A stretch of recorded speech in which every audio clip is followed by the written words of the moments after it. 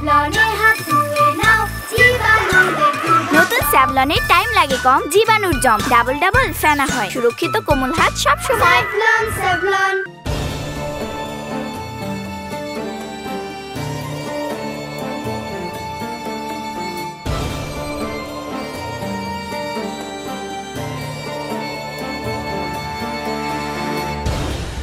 আসসালামু আলাইকুম ওয়া রাহমাতুল্লাহি ওয়া বারাকাতুহু। কাছে দূরে দেশে ও দেশের বাহিরে যে যেখান থেকে ঠিক এই মুহূর্তে টিভি সেটের সামনে রয়েছেন বা পরে যুক্ত হবেন, প্রিয় দর্শক শ্রোতা, আপনাদের সবাইকে সাদর আমন্ত্রণ জানাচ্ছি পবিত্র মাহে রমাদান উপলক্ষে চ্যানেল 24 এর বিশেষ ইসলামিক আয়োজন স্যাভলন হ্যান্ড ওয়াশ নিবেদিত ইসলামিক কাফেলা অনুষ্ঠানে, powered by Shinex floor cleaner. প্রিয় দর্শক, আজ আমরা আপনাদের নিয়ে যাব মদিনা আল মুনাওয়ারার মসজিদে নববী দেখাতে। মসজিদে নববী দেখাবো এবং অনেক তথ্যাদি আপনাদের সামনে তুলে ধরবো ইনশাআল্লাহ। পৃথিবীর সমস্ত মসজিদগুলোর মধ্যে মসজিদে নববীর অবস্থান দ্বিতীয়।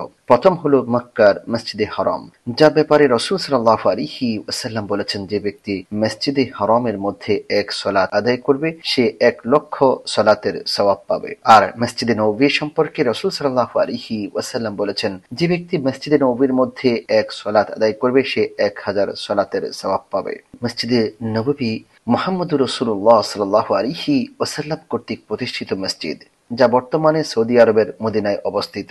হযরত মুহাম্মদ মুস্তাফা সাল্লাল্লাহু আলাইহি ওয়াসাল্লাম হিজরত করে মদিনায় আসার পর এই মসজিদ নির্মিত হয়। রাসূল সাল্লাল্লাহু আলাইহি ওয়াসাল্লামের বাসগৃহের পাশে এই মসজিদ নির্মিত হয়েছিল। তিনি নিজে ব্যক্তিগতভাবে মসজিদের নির্মাণ কাজে অংশ নিয়েছিলেন। সে সময় মসজিদ ছিল সম্মেলন স্থল, আদালত ও মাদ্রাসা হিসাবে মসজিদকে ভূমিকা পালন করতে দেখা গিয়েছে এবং মসজিদেই সে ভূমিকা পালন করেছে। পরবর্তীকালের মুসলিম শাসকরা মসজিদ সম্প্রসারণ এবং সৌন্দর্যবর্ধন করেছেন। প্রিয় দর্শক, হিজরতের পর রাসূল সাল্লাল্লাহু আলাইহি ওয়াসাল্লাম কুবার মসজিদ স্থাপন করলেন এবং সেখানে 3 দিন থাকার পর একটি উটে চড়ে মদিনার দিকে আসছিলেন। মদিনায় অবস্থানরত সবাই রাসূল সাল্লাল্লাহু আলাইহি ওয়াসাল্লামকে তাদের ঘরের মেহমান বানানোর জন্য অস্থির হয়ে পড়লেন এবং প্রত্যেকে রাসূল সাল্লাল্লাহু আলাইহি ওয়াসাল্লামের উটের রশি ধরে টানাটানি করছিলেন। তখন রাসূল সাল্লাল্লাহু আলাইহি ওয়াসাল্লাম বললেন, তোমরা আমার উটকে ছেড়ে দাও, কেননা এই উট রব্বে কারীমের পক্ষ থেকে আদিষ্ট হয়েছে, নির্দেশ পেয়েছে। তারপর মসজিদ স্থানে আসলে উটটি বসে পড়ে এবং এই স্থানেই মসজিদ নির্মাণের জন্য রাসূল সাল্লাল্লাহু আলাইহি ওয়াসাল্লাম আদিষ্ট হয়েছেন এবং সাহাবায়ে কেরামদেরকে এখানে মসজিদ নির্মাণের জন্য প্রস্তুতি গ্রহণ করার জন্য নির্দেশ দিয়েছেন। এই স্থানটি 2 জন বালকের মালিকানা ছিল। তারা মসজিদের জন্য জায়গাটি বিনামূল্যে উপহার হিসেবে দিতে চাইলেও রাসূল সাল্লাল্লাহু আলাইহি ওয়াসাল্লাম এই জায়গাটি কিনে নিয়েছেন। এরপর এখানে মসজিদ নির্মিত হয়, যে মসজিদের আকার ছিল 30.5 মিটার বাই 35.62 মিটার। খেজুর গাছের খুঁটি দিয়ে ছাদের কাঠামো ধরে রাখা হয়। ছাদে খেজুর পাতা ও কাদার আস্তরণ দেওয়া হয়। এর উচ্চতা ছিল 3.60 মিটার। এর 3টি দরজা ছিল। দক্ষিণে ছিল বাবে রাহমা, পশ্চিমে ছিল বাবে জিব্রিল এবং পূর্ব দিকে ছিল বাবুন নিসা। খায়বরের যুদ্ধের পর মসজিদ সম্প্রসারণ করা হয়েছে। এটি প্রত্যেক দিক থেকে 47.32 মিটার বৃদ্ধি পায় এবং পশ্চিম দেওয়ালের পাশে 3 সারি খুঁটি নির্মিত হয়েছে। ইসলামের প্রথম খলিফা আবু বকর সিদ্দিক রাদিয়াল্লাহু তাআলা আনহুর শাসনামলে মসজিদের আকার অপরিবর্তিত ছিল। দ্বিতীয় খলিফা হযরত ওমর রাদিয়াল্লাহু তাআলা আনহুর শাসনামলে মসজিদের আশেপাশে মুহাম্মদ সাল্লাল্লাহু আলাইহি ওয়াসাল্লামের স্ত্রীদের বাড়িঘরগুলো ছাড়া বাকি সকল বাড়িঘরগুলো তিনি উঠিয়ে দিয়েছেন এবং সেগুলোকে ভেঙে মসজিদে নববীর সম্প্রসারণের ব্যবস্থা করেছেন। নতুন অবস্থায় মসজিদের আকার দাঁড়িয়েছে 57.49 মিটার বাই 66.14 মিটার।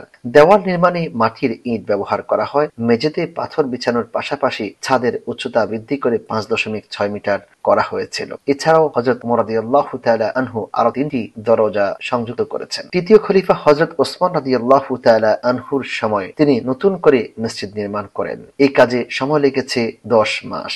নতুন মসজিদের আকার দাঁড়িয়েছে 81.40 মিটার বাই 62.58 মিটার। দরজার সংখ্যা ও নাম অপরিবর্তিত রাখা হয়। পাথরের দেওয়াল নির্মিত হয় এবং খেজুর গাছের খুঁটির বদলে লোহা দ্বারা সংযুক্ত পাথরের খুঁটি যুক্ত করা হয়। ছাদ নির্মাণের জন্য সেগুন কাঠ ব্যবহার করা হয়েছিল। প্রিয় দর্শক, আপনারা দেখছিলেন আপনার প্রিয় অনুষ্ঠান স্যাভলন হ্যান্ড ওয়াশ নিবেদিত ইসলামিক কাফেলা। সময় হয়েছে ব্রেকে যাবার, একটি ব্রেকে ফিরবে একটু পরেই, সঙ্গে থাকুন।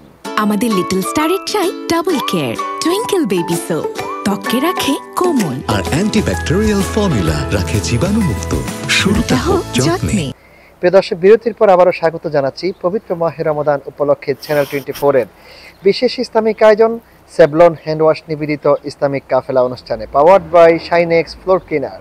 1909 খ্রিস্টাব্দে আরব উপদ্বীপের মধ্যে এখানেই সর্বপ্রথম বৈদ্যুতিক বাতি জ্বালানো হয়। উমাইয়া খলিফা প্রথম আল ওয়ারিদের শাসনামলে সম্প্রসারণের সময় রাসূল সাল্লাল্লাহু আলাইহি ওয়াসাল্লাম এবং প্রথম দুই খলিফা আবু বকর সিদ্দিক রাদিয়াল্লাহু তাআলা আনহু এবং ওমর রাদিয়াল্লাহু তাআলা আনহু এর সমাধি মসজিদের মধ্যে শামিল করা হয়। মসজিদের দক্ষিণ পূর্বে অবস্থিত সবুজ গম্বুজ একটি স্থাপনা। এটি হযরত আয়েশা সিদ্দিকা রাদিয়াল্লাহু তাআলা আনহার বাড়ি ছিল। এখানে হযরত মুহাম্মদ মুস্তাফা সাল্লাল্লাহু আলাইহি ওয়াসাল্লাম এবং তার পরবর্তী শাসক দুজনের সমাধি রয়েছে, অর্থাৎ আবু বকর সিদ্দিক রাদিয়াল্লাহু তাআলা আনহু এবং ওমর রাদিয়াল্লাহু তাআলা আনহুর মাকবারা রাসূল সাল্লাল্লাহু আলাইহি ওয়াসাল্লামের পাশে অবস্থিত।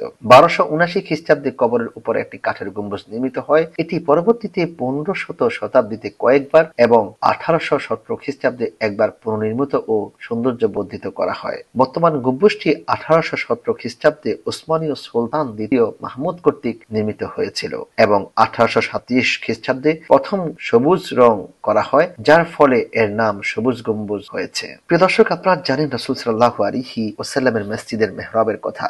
মসজিদে নববীর মেহরাব সমূহ ইসলামের ইতিহাসে অত্যন্ত গুরুত্বপূর্ণ এবং মর্যাদাপূর্ণ। মেহরাব হলো মসজিদের একটি বিশেষ স্থাপনা যা কেবলার দিক নির্দেশ করে এবং ইমামের নামাজ পড়ানোর জায়গা হিসেবে ব্যবহৃত হয়ে থাকে। মসজিদে নববীতে বিভিন্ন সময়ে মুসলিম শাসকরা উন্নয়ন ও সম্প্রসারণ কাজ করেছেন, যার ফলে এখানে বিভিন্ন মেহরাব নির্মিত হয়েছে। আজ আমরা মসজিদে নববীর কিছু প্রধান মেহরাবের বিবরণ তুলে ধরব ইনশাআল্লাহ। মসজিদে নববীর মধ্যে রয়েছে মেহরাবে বাইতুল মাকদিস। খায়বার যুদ্ধের পর পর্যন্ত মসজিদ নববীতে মেহরাবে বাইতুল মাকদিস নামে আরেকটি মেহরাব ছিল এবং 7ম হিজরিতে বা যুদ্ধের পরে মসজিদের প্রথম সম্প্রসারণের পরে এটি অপসারণ করা হয়েছিল এবং 17 হিজরিতে ওমর রাদিয়াল্লাহু তাআলা আনহুর সময় দ্বিতীয় সম্প্রসারণ হয়েছে। রয়েছে মেহরাবে উসমান। খলিফা উসমান ইবনে আফফান রাদিয়াল্লাহু তাআলা আনহুর সময়ে 651 খ্রিস্টাব্দে মসজিদের সম্প্রসারণ ও পুনর্নির্মাণকালে মেহরাবের একটি নির্দিষ্ট কাঠামো নির্মিত হয়েছে। এটি মসজিদে নববীর প্রাচীন মেহরাবগুলোর মধ্যে অন্যতম ছিল এবং সেখানে ছিল মেহরাবে তাহাজ্জুদ, ছিল মেহরাবে ফাতিমি, ছিল মেহরাবে সুলাইমানি, যাকে মেহরাবে সুলাইমানি বা মেহরাবে হানাফি বা মেহরাবে উমর ইবনে খাত্তাব বলেও চিনে থাকে লোকেরা। প্রিয় দর্শক, আপনারা জানেন মিম্বরের কথা। নবী মুহাম্মদ রাসূলুল্লাহ সাল্লাল্লাহু আলাইহি ওয়াসাল্লামের ব্যবহৃত আসল মিম্বর ছিল খেজুর কাঠের একটি ব্লক। আমরা ঘুরে ঘুরে আজ আপনাদেরকে মদিনার মসজিদে নববী দেখাচ্ছি এবং তুলে ধরছি মসজিদে নববীর বিভিন্ন ইতিহাস।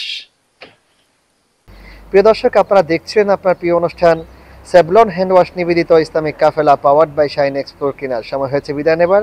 আজকের মতো বিদায় নিচ্ছি। দেখা হবে আগামীকাল অন্য কোনো পর্বে। সেই পর্যন্ত রব্বে কারীম আপনাদের ভালো রাখুন, সুস্থ রাখুন, নিরাপদে রাখুন, সেই প্রত্যাশা করে শেষ করছি। আল্লাহ হাফেজ। আসসালামু আলাইকুম ওয়া রাহমাতুল্লাহি ওয়া বারাকাতুহু।